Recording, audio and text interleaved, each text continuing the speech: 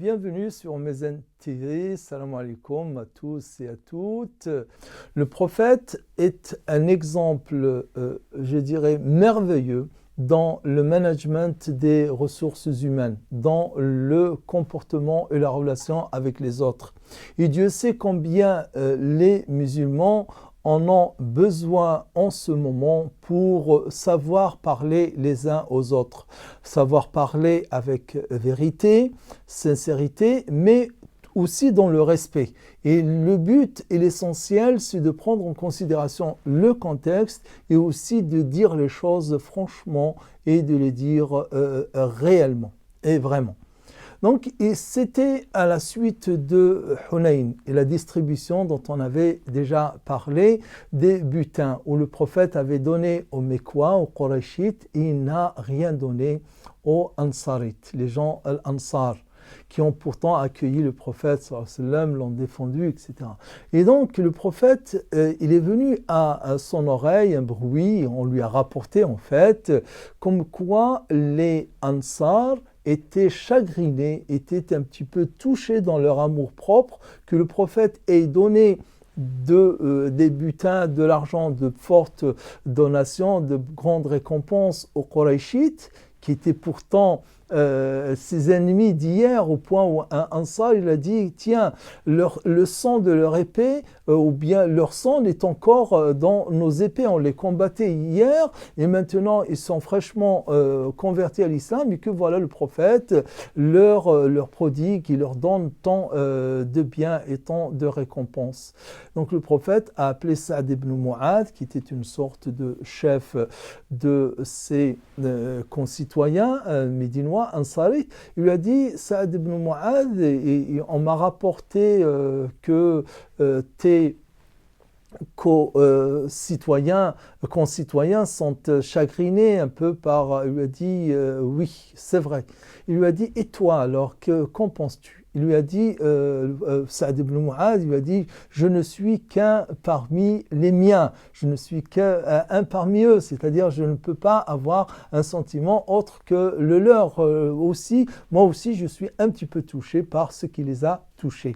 Donc il lui a dit, tu vas les réunir et quand ils seront tous réunis, tu m'appelles.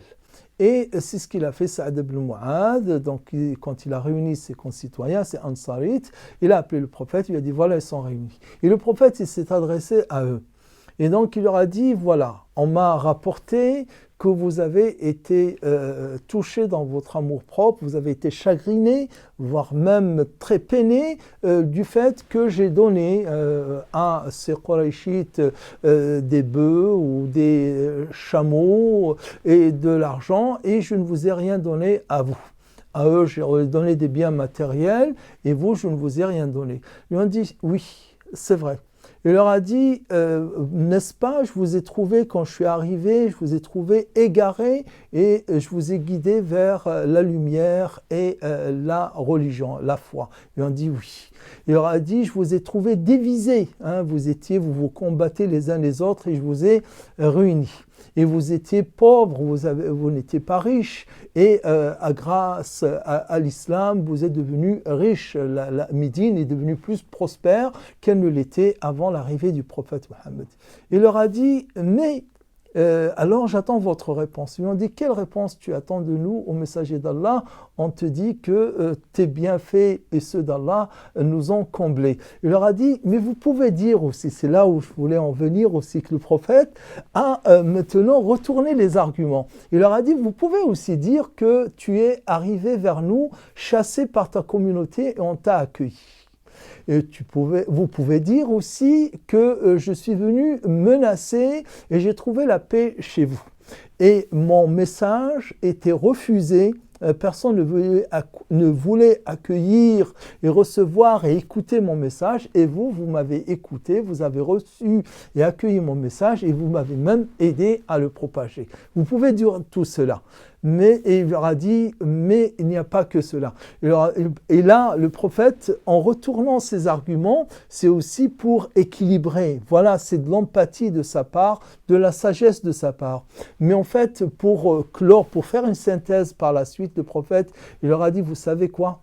C'est-à-dire que je leur ai donné ces biens matériels parce que je sais qu'ils sont encore fraîchement, leur cœur n'est pas assez empli d'amour d'Allah et d'amour de cette religion, ce qui n'est pas le cas.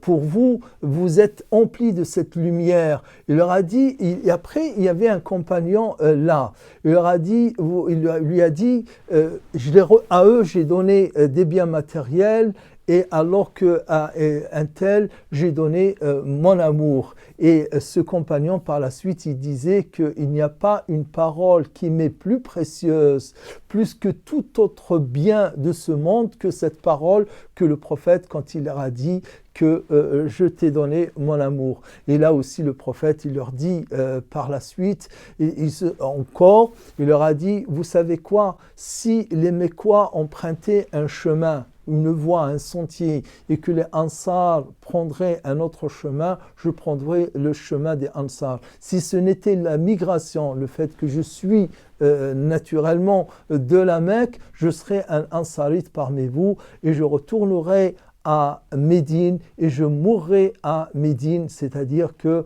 ne pensez pas un seul instant que je vais rester ici à la Mecque.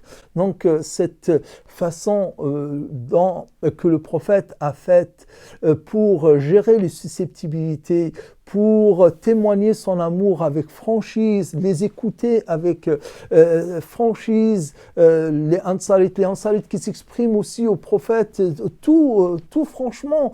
Et pourtant, le prophète, il ne leur a jamais promis les biens de ce bas monde. Il pouvait bien leur dire, écoutez, mon accord quand je suis arrivé à Médine, c'était... Pour vous, c'est la récompense d'Allah, c'est le paradis. Je ne vous ai rien promis de ce bas monde. Il pouvait bien citer cela, mais il ne l'a pas du tout, même pas suggéré ou même pas effleuré pour rester dans cette relation d'homme à homme, de personne à personne et surtout prendre en considération le contexte. Donc nous avons besoin de ces exemples prophétiques pour être franc, pour parler franc, sans essayer de blesser l'autre. L'essentiel, c'est qu'on dise ce qu'on a, ce qui trame dans notre fort intérieur et que l'autre soit à l'écoute et qu'on règle les problèmes dans la discussion, dans le dialogue, dans la franchise et surtout la sincérité. Et que le comportement du prophète soit de tout temps et de toute occasion pour nous le bel exemple à suivre. Je vous remercie d'avoir suivi cette chronique et je vous dirai à bientôt sur Mizan TV. Assalamu alaikum.